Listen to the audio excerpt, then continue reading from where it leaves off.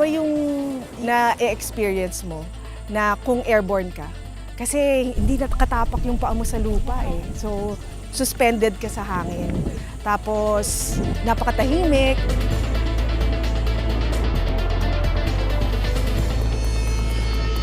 It's just you and your wing and the wind. So basically, it's free flying.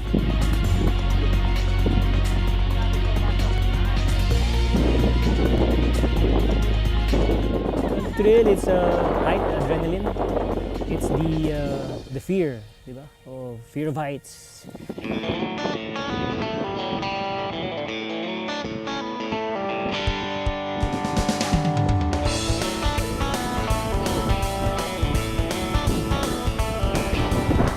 Parang you have a different sensation. It's three-dimensional. Floating, you're soaring. Parang meron kang pakpak. Feels like Superman. But it's not a bird. It's not a plane. It's not Superman.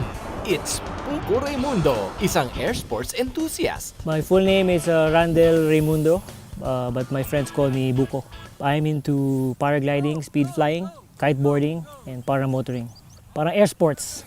Parang I would consider myself into air sports.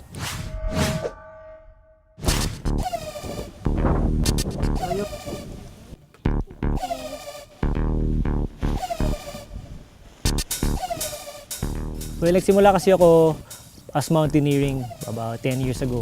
Gusto mo more challenge. So nagkaroon ng adventure racing. Tapos pumunta ako sa scuba diving. After a few years of doing that, na-discover ko yung sport ng kiteboarding. So kiting siya. Pero bago nun, nag-skydiving muna ako. And then eventually, may mga nakilala ko na nag-introduce sa akin sa paragliding. Parang, uy, it's like half siya, skydiving and flying. So, yun, sinubukan ko. Mahigit 10 taon na, may unang grupo ng paraglider pilots dito sa Pilipinas. Kaya lang, maybe they got bored of it. Pumunta sila sa ibang klase ng air sports, like yung mga microlight, yung may mga makina ng mga lumilipad. So, it died down.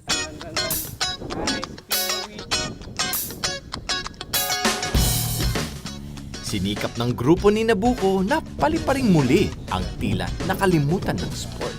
While you're one of the few people doing it here, it gives you a new avenue and opens up a new playground.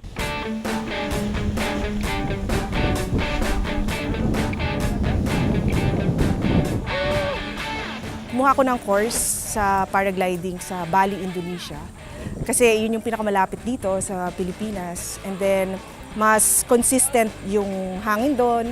Tsaka may schools talaga sila. Dito sa Pilipinas, naghahanap kami talaga nag-scout kami talaga ng mga lugar na pwedeng pagliparan. Paragliding, it's like surfing. It's a nature sport.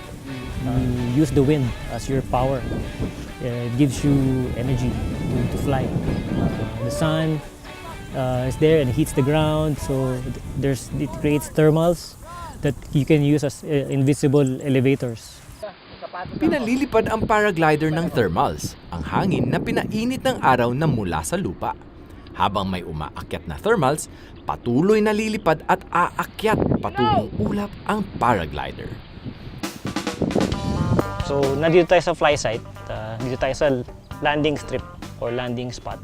Ang simulation niya is pag in-inflate mo yung canopy dito dun sa slope, yung hangin is dapat pupunta directly hitting the slope of the mountain. So imagine mo yung hangin parang tubig. Pag tumama siya sa slope, nagkakaroon ng updraft or nagkakaroon ng lift. So pag in-inflate mo yung canopy dito, and then pumunta ka towards the edge or dun sa corner, nagkakaroon ka na ng parang natural lift. Ikinalat ni BUKO ang kanilang mga natutunan mula sa Indonesians at mula sa kanilang mga natutunan sa kanilang pagpapalipad sa mga fly sites dito sa Pilipinas. Ngayon, isa si BUKO sa iilan-ilan sa ating mga lisensyadong paragliding pilots.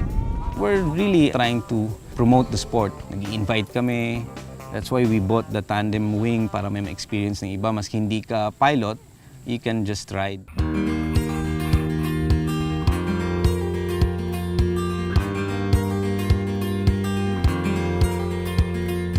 Anong maganda dito sa paragliding is hindi siya lang pang bata. I saw pilots like 60 years old, 65 years old, I think the youngest na nakita ko na lumipad is I think 9 years old, or even there's mas younger pa.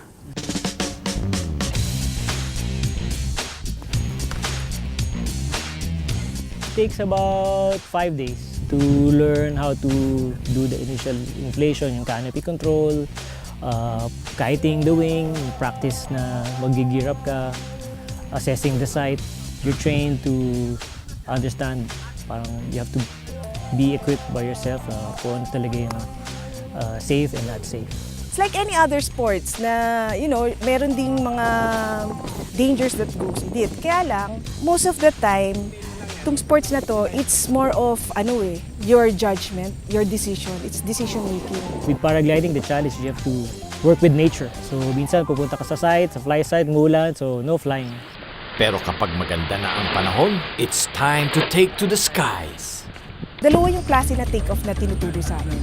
Yung una is yung old school na front launch. Nasa likod mo yung wing, tapos nakaharap ka kung saan ka tatakbo, kung saan ka tatalon. So, yun yung tinatawag na front launch. Ginagamit to pag mahina hangin or pag halos walang hangin. Tapos yung second take-off is yung reverse. Pag may hangin na. Mas madali siya kasi mas nakikita mo yung wing mo.